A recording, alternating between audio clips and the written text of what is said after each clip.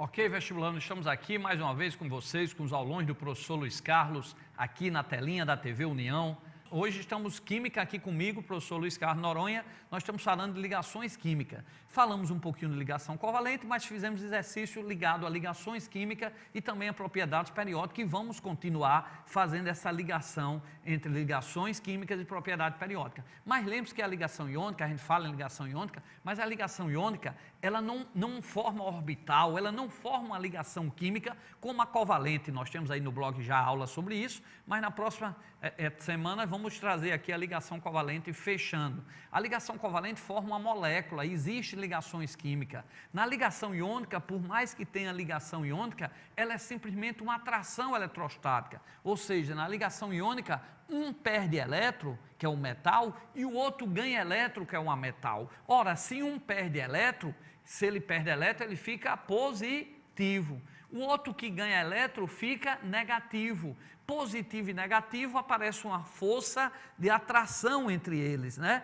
Tá? E essa força eletrostática é quem une. Então, no caso do NaCl, do nosso sal de cozinha, do dia a dia, nós temos uma ligação iônica porque o Na é um metal, é da família 1A, quer perder 1, o Cl é um ametal, o cloro é da família 7A, quer ganhar 1. Então, na hora que eles se juntam, o elétron sai do sódio e vai para o cloro fica negativo e o átomo de cloro fica negativo, o átomo de sódio perdeu um elétron, fica positivo, mais e menos se atrai. Então, não é uma ligação química ao pé da letra, como a gente pensa, como na ligação covalente, que a gente vai rever aqui, que há toda um orbital molecular. A ligação iônica, um fica negativo, outro fica positivo, e ele se une através de uma força eletrostática, que é uma força bem mais forte. Por isso que os compostos iônicos, como o nosso sal de cozinha, são sólidos, que a força aí, os átomos se unem e dessa forma aí, a gente não chama nem molécula, porque não há ligação química. Para ser molécula, todas as ligações têm que ser covalentes. Então a iônica não é uma molécula, o NaCl não é uma molécula, é um composto iônico, e esse NaCl se junta com outros NaCl que tem polos positivo e negativo e forma essa união entre as moléculas que a gente tem aqui, mas noutra aula a gente vai ver as forças de ligações também entre moléculas na parte de covalente, ponto de hidrogênio, né, Van der Waals, vamos explicar aqui dipolo permanente, dipolo induzido, mas que você saiba que no caso na ligação iônica o NaCl forma polo positivo e negativo, por isso que se unem, né, todos os compostos iônicos em todas as moléculas está lá no estado sólido, ok? Então, pessoal, a ligação iônica ela é uma atração eletrostática e vamos prestar bem atenção a essa questão, que ela puxa um pouco para isso e aqui você tem que se aprofundar um pouquinho também. Leia aí a questão, vamos lá, da PUC lá de Campinas, São Paulo. Os átomos de certo elemento químico metálico possuem cada um 3 prótons, 4 nêutrons e 3 elétrons. A energia de ionização desse elemento está entre as mais baixas dos elementos da tabela periódica. Ao interagir com o halogênio, esses átomos têm alterado o seu número de... Então, pessoal, se ele tem 3 elétrons, né? Então, com certeza, esse elemento vai ter poucos elétrons aí na última camada, ok? Então, o que é que nós podemos imaginar aí? Que ele tende a ser um metal. Eu teria que fazer aí um S2, fazer tudinho quem seria. Mas pela questão que foi dado aí, 3 elétrons, o que é que vai acontecer aí, pessoal? Nós vamos ter, na verdade, um elemento metálico, tá? Que vai ter poucos elétrons na última camada. Na verdade, um elétron, porque na primeira camada ele fica com 2, né? São 3, na última camada ele vai ter um elétron. Então, ele vai tender a perder esse elétron, então ele é um metal. O halogênio, nós sabemos que são da família 7A. Os halogênios, nós conhecemos o cloro, o flúor, o iodo. Eles têm 7 na última camada, eles querem ganhar 1 para ficar com 8. Tá? Então, na hora que esse metal interage com o halogênio, vai ocorrer metal mais ametal, vai ocorrer ligação iônica.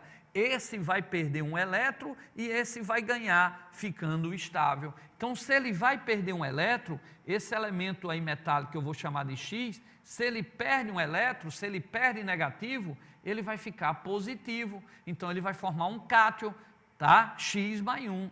Então, a resposta seria, o que é que ele perde?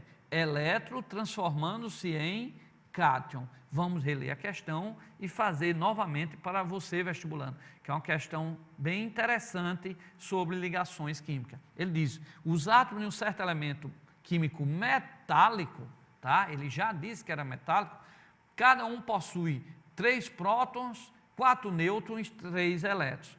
A energia de ionização desse elemento está entre as mais baixas. Daqui a pouco eu falo sobre a energia de ionização. Segura aí. Está entre as mais baixas dos elementos da tabela periódica.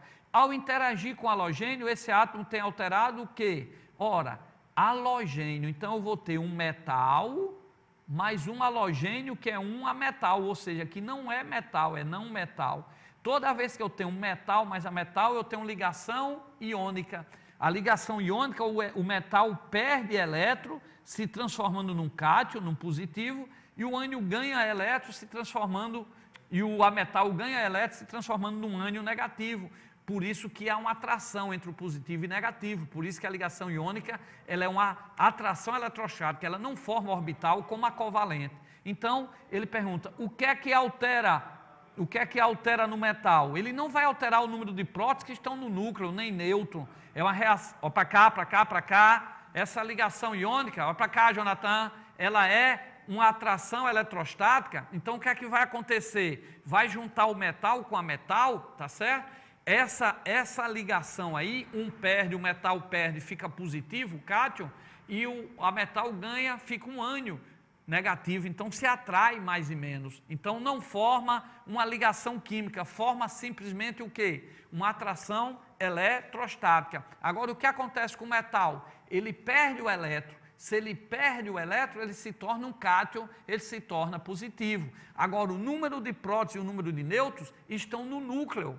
Então, isso é uma ligação química, só ocorre, iônica e covalente, só ocorre entre os elétrons, na eletrosfera. São reações químicas, jamais vai alterar o número de prótons e nêutrons. Isso aí é outra matéria que tem aí no nosso blog, no nosso aulão, que já é reação nuclear, e que vai romper núcleo, aí já vem fusão, fissão nuclear, já é outra história, ok? Então, só em ele falar aí que o átomo, o metal se ligou com a metal, eu não vou alterar o número de prótons e nêutrons, porque isso estão dentro do núcleo trancado por uma força nuclear forte. É tanto que quando se rompe o núcleo, essa energia é liberada, tá certo? Junto também com a massa aí que some pela equação de Einstein, massa VC ao quadrado. Então, o correto aí, eu vou ler novamente a questão, vamos aí para a telinha. Põe aí na telinha, Jonathan, rapidinho aí, que eu vou ler aqui, ó, e vamos fechar essa questão. Os átomos de um certo elemento químico metálico possuem cada um 3 prótons, 4 nêutrons e 3 elétrons. A energia de ionização, que eu vou já falar o que é, desse elemento está entre as mais baixas do elemento da tabela.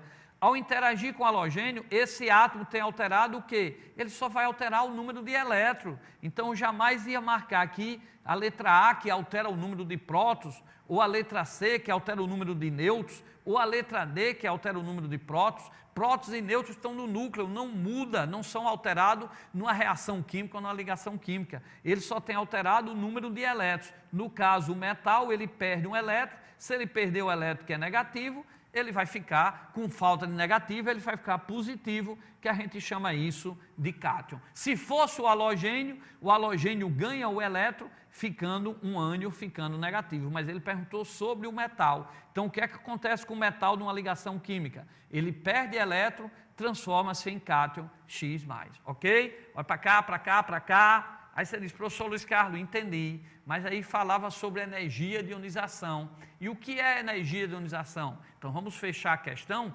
porque a próxima questão é exatamente sobre a energia de ionização. E a energia de ionização, todo átomo tem seus elétrons. Até o metal que só tem 1, 2 ou 3 elétrons, quer perder, porque se ele perder um elétron, a penúltima camada tem 8 elétrons, ele fica estável.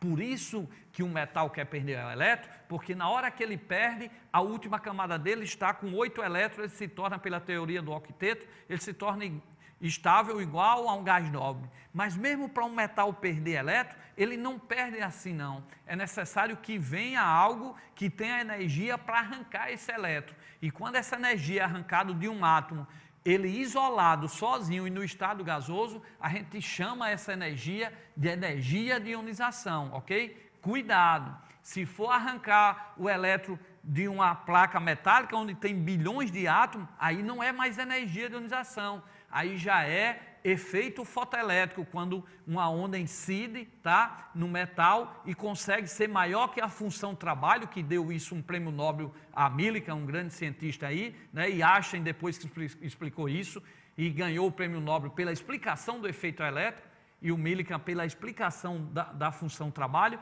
Então, cada metal lá, o metal para arrancar um elétron ali, quando você arranca de um metal, você está arrancando não de um átomo isolado. Então, isso aí é efeito fotoelétrico, é vencer a função trabalho. Só vai ser ligação, energia de ionização, se o átomo estiver só o átomo isolado no estado gasoso. Então, a energia de ionização é a mínima energia necessária para arrancar um elétron de um átomo isolado no estado gasoso. E lógico que os metais vão ter uma energia de ionização muito baixa. Por isso que na questão passada, no texto, ele disse que o metal tinha energia de ionização baixa. E está correto, porque o metal, ele quer perder aquele elétron na última camada, porque na penúltima camada tem 8 e ele se torna estável. Ele se torna um cátion, porque perdeu o elétron, mas um cátion estável. É por isso que o Na+, né, eu tenho o sódio Na e tenho o Na+. O Na+, ele fica menor do que o Na, porque ele perdeu um elétron da eletrosfera, então ele diminui.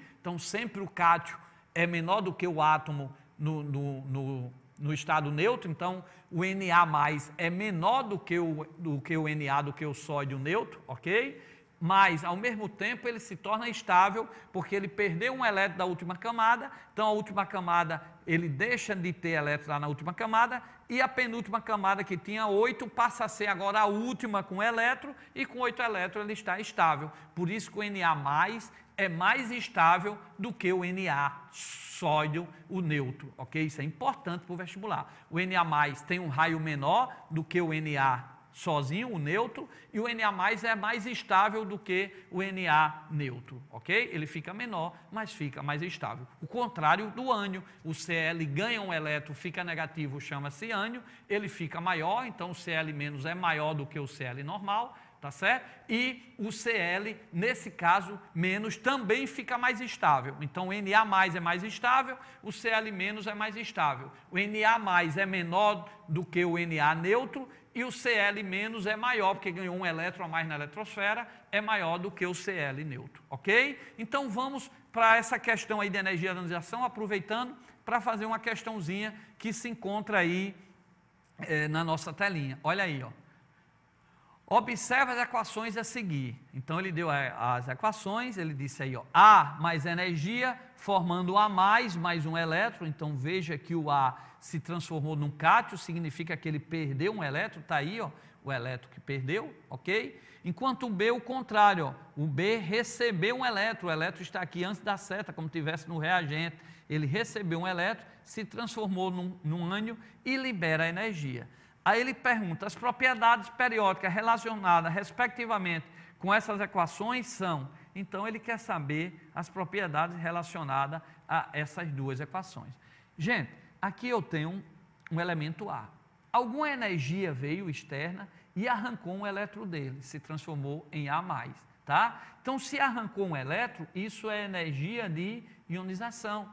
Então, essa equação aí está representando a energia de ionização. Na verdade, numa prova mais séria, mais cuidadosa, esse A tinha que vir até no estado gasoso, ok? Porque a energia de ionização, a energia para arrancar um elétron de A, ou seja, pegar A e transformar em A+, tá certo? Liberando um elétron, ok? Mas para isso ocorrer, eu tenho que ter A mais energia, eu tenho que ter energia para arrancar esse elétron. Lógico que se o metal, quando eu arranco o elétron do metal, essa energia é bem menor, porque o metal já quer perder, já para ficar estável, já que, como eu disse, o metal, quando perde o elétron, ele se torna estável, porque na última camada ele tem 8 elétrons. Então, o que é que acontece, pessoal?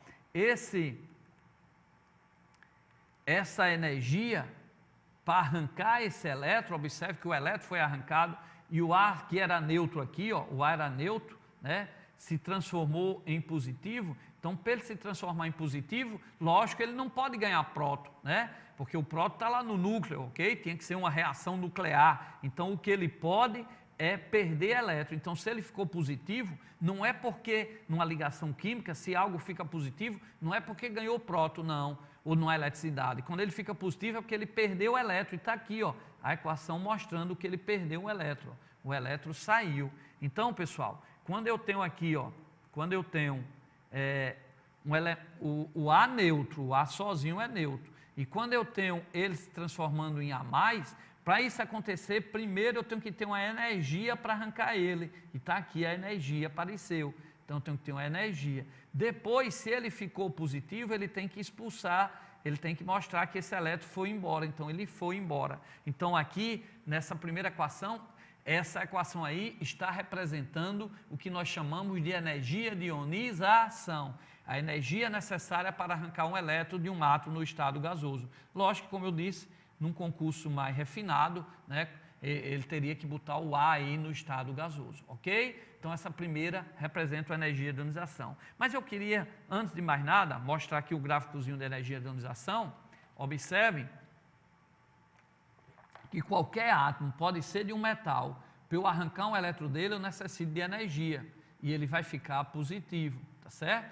Mas para eu arrancar aqui de um não metal, que nós vimos que desse lado de cá são não metais, desse lado de cá são os metais da tabela, para eu arrancar de um metal, eu vou ter que gastar mais energia ainda, porque ele já tem 6, 7 elétrons, ele não quer perder, ele quer ganhar. Então, para eu arrancar um elétron aqui e deixar um não metal, ou seja, um ametal, deixar um não metal positivo, a energia tem que ser bem maior, porque eles não querem perder elétron. Ele tem 6, 7 elétrons na última camada, ele quer o quê? Ganhar elétron. Então, por isso que aqui, ó, o flúor que quer ganhar, o oxigênio que quer ganhar, são os que necessitam de uma maior energia de ionização. Os gases nobres aqui, ó, para eu arrancar aqui do hélio, ele está estável. Para eu arrancar um elétron aqui, eu tenho que gastar uma energia enorme. Então, a energia de ionização é energia para arrancar, para arrancar um elétron. E os que não querem que arranque elétrons são esses do lado de cá, os não metais. Por isso que os que têm maior energia de ionização são os gases nobres aí, que estão estáveis, eles não querem perder. Mas se eu botar uma energia forte, eu consigo arrancar, mas eu vou gastar muita energia.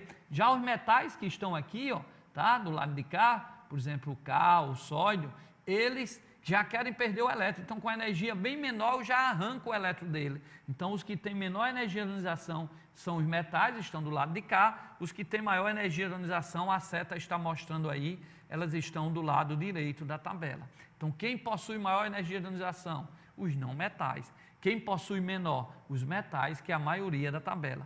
Tá? Olha para cá, para cá, para cá, vestibulando. Rapidinho, só lembrando aqui para vocês, ó, eu vou mostrar aqui na tabela, vem aqui na tabela, volta aí para a tabela. Só lembrando aqui, nessa tabela eu representei os metais por amarelo, ok? Então esses metais, eles têm uma energia de ionização fraca, porque esses metais aqui, ó, é fácil, com pouca energia você arranca o elétron dele. Agora, nós vimos que quem tem maior energia de ionização pelas setas, que eu estou botando aqui, ó, quem possui maior energia de ionização são os ametais, porque para arrancar um elétron daqui é muito mais difícil, porque eles não querem perder. Os não metais estão com 6, 7 elétrons, os gases nobres aí, ó, 8 elétrons na última camada, estável, eu posso arrancar a energia deles, mas eu posso arrancar um elétron deles, mas tenho que gastar uma energia enorme. Por isso que a energia de ionização cresce para cá. Esses elementos aqui metálicos, ele tem baixa energia de ionização.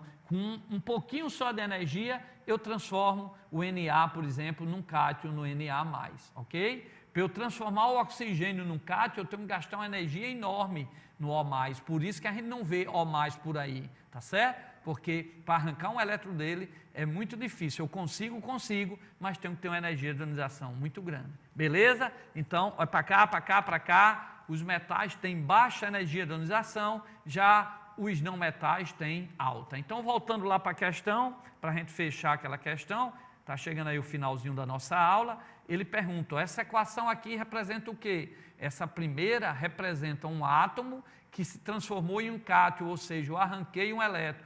Para eu arrancar esse elétron, eu necessito de energia. Então, isso aí é energia de ionização.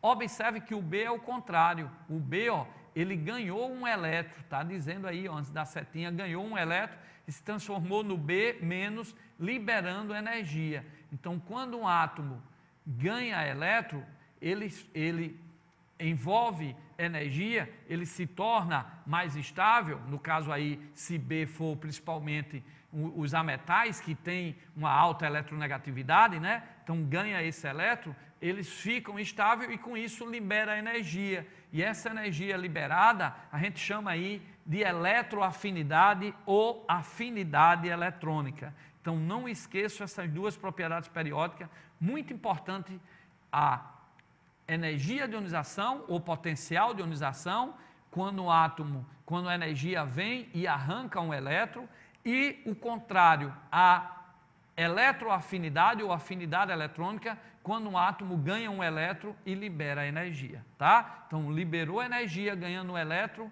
eletroafinidade. Isso o átomo isolado no estado gasoso. Uma energia veio e arrancou um elétron, transformando ele num cátion, é energia de ionização, ok? Então, quando vocês observarem lá no Enem, que vê um elemento neutro se transformou num cátion, ou seja, perdeu um elétron, isso é energia de ionização, ok? E se ele recebeu um elétron e ficou um ânion menos, ele libera uma energia, isso é chamada de eletroafinidade ou energia de ionização. Então, a resposta certa, letra B. A primeira é energia de ionização, está aqui, ó. A energia veio e arrancou um elétron, transformando em A+, toda vez que arranca um elétron, joga o elétron lá para fora, ó, esse elétron saiu de A, então foi arrancado um elétron, é energia de ionização, que é a mínima energia necessária para arrancar. E o B, ele recebeu um elétron, é eletroafinidade ou afinidade eletrônica, ok? E para fechar aí, já que falamos de energia de ionização, a gente tem uma coisa bem interessante para mostrar, que é o seguinte, ó, vamos pegar aqui o sódio, só adiantando aqui, o sódio tem 2 elétrons na primeira camada, tem 8 na segunda. E tem apenas um elétron na última camada. Por isso que qualquer energia de ionização, primeira energia de ionização, vem e arranca esse elétron. Ele já quer perder, mas ele não perde do nada. Eu tenho que gastar uma energia para arrancar. Aí o sódio perde esse elétron e fica estável, porque na última camada ele tem 8 elétrons, ele fica estável. Por isso que o Na+, é o sódio que perdeu um elétron, ele ficou menor, porque perdeu aí um elétron numa camada, né? Mas ele ficou mais estável.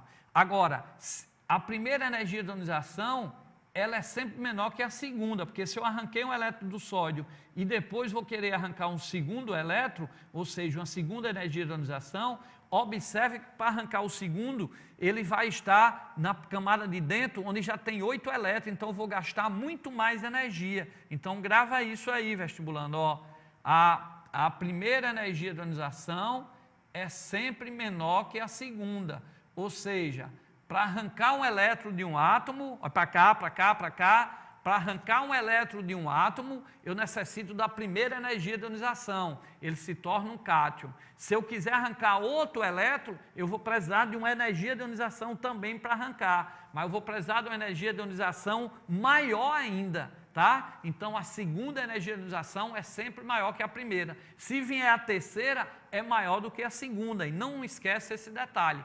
Energia de ionização é energia para arrancar um elétron de um átomo isolado no estado gasoso, e a segunda energia dele, ou seja, para arrancar o segundo, é maior que a primeira, e para arrancar um terceiro, lógico, é maior que a segunda, porque o elétron está mais próximo do núcleo. Beleza? Com isso, nós estamos encerrando aqui o nosso programa. Hoje foi aula comigo, o professor Luiz Carlos Noronha, de energia de ligação iônica com propriedades periódicas. Próxima aula nós vamos ter aqui um encontro, vamos falar com ligação covalente, tudo aí sobre molécula, sobre orbital molecular, que realmente é uma ligação, que a ligação iônica é só uma atração entre mais e menos, ok? Acesse nosso blog, são mais de 800 aulas gratuitas para concurso, para Enem, aulas particulares para quem está fazendo o ensino médio. Eu agradeço primeiramente a Deus e a vocês por mais de 2 milhões de acessos às nossas aulas, né?